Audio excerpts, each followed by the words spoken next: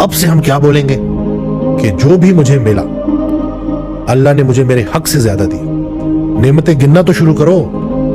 انسان کا سب سے بڑا مسئلہ یہ ہے کہ یہ کوئی ایک برائی اس کے ساتھ ہو جائے نا کہ انسان اگر اس کے ساتھ برا کر دے تو وہ اس انسان کی جو نیکیاں ہیں جو احسان ہے وہ بھول جائے گا, اس ایک برائی کو یاد رکھے گا اور اسے ملٹیپلائی بائی 0 کر دے.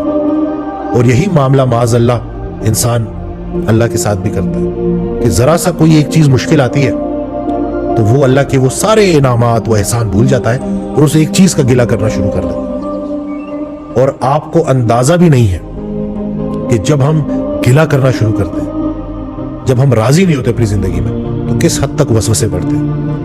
ہم کسی چیز پر بھی خوش نہیں رہ سکتے. جو انسان 5 مرلے کے گھر پہ خوش نہیں ہے نا, وہ 5 کنال کے گھر پہ بھی خوش نہیں ہوگا.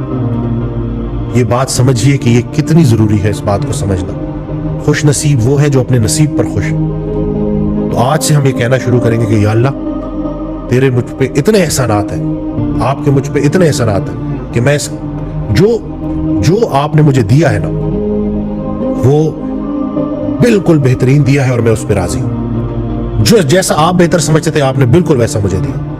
بلکہ اگر کہیں یہ بھی کہنا پڑے کہ آپ نے مجھے حق سے زیادہ دیا ہے تو یہ بھی غلط نہیں. دیکھیں کتنی نعمتیں ہیں, گننا تو شروع کریں. یہ نظارے بنائے اللہ نے اور اس کے بعد اس کو دیکھنے کے لیے آپ کو آنکھیں دے دی, عقیدہ دے دیا, ایمان دے دیا, والدین دے دیے. ہم اکثر گلہ کر رہے ہوتے ہیں, اکثر لوگ آتے ہیں اور مرد آتے ہیں اور وہ کہتے ہیں کہ میری وائف جو ہے بڑی بدتمیز ہے. تو اس بدتمیز وائف کو اپنا نصیب سمجھ کے قبول کر لو. باہر کی ساری دنیا آپ نے راضی کی ہوئی ہے اور ایک جو آپ کے گھر میں جو آپ کا ہم سفر ہے وہ آپ سے راضی نہیں ہوتا.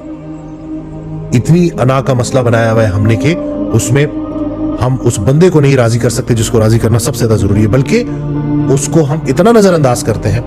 کمزور بیویوں کو ہم نے اتنا نظر انداز کیا ہے کہ وہ کمزور بیویاں اب اتنی طاقتور ہوتی جا رہی ہیں کہ وہ معاذ اللہ کہیں عذاب کی شکل اختیار نہ کر لیں.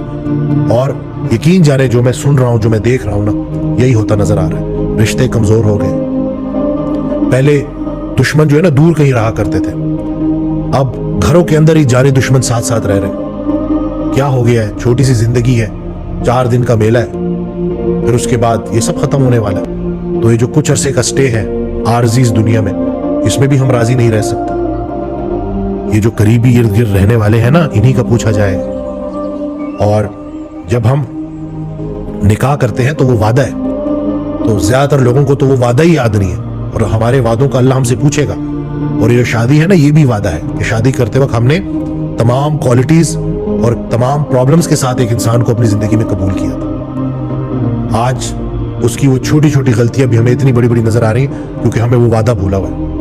جب ہم اللہ کو بیچ میں لے کے آئیں گے نا اور اللہ کے حوالے سے سوچیں گے کہ میں نے اللہ کو گواہ بنا کر اس رشتے کی ابتدا کی تھی اور وعدہ لیا تھا, تو بڑے مسئلے ہمارے حل ہو جائیں گے. اور یہ دونوں کے لیے ہے, گھر کو جنت بنانا ہے جی. ایک دوسرے کو فتح کرنے کی مشن پہ نکلے ہوئے ہیں میاں بیوی, جس سے پوری فیملی سفر ہو رہی ہیں, خود بھی راضی نہیں ہے, بچے بھی افیکٹ ہو رہے ہیں. تو اس بات کو سمجھیے, اللہ پاک ہمیں عمل کرنے کی توفیق دے.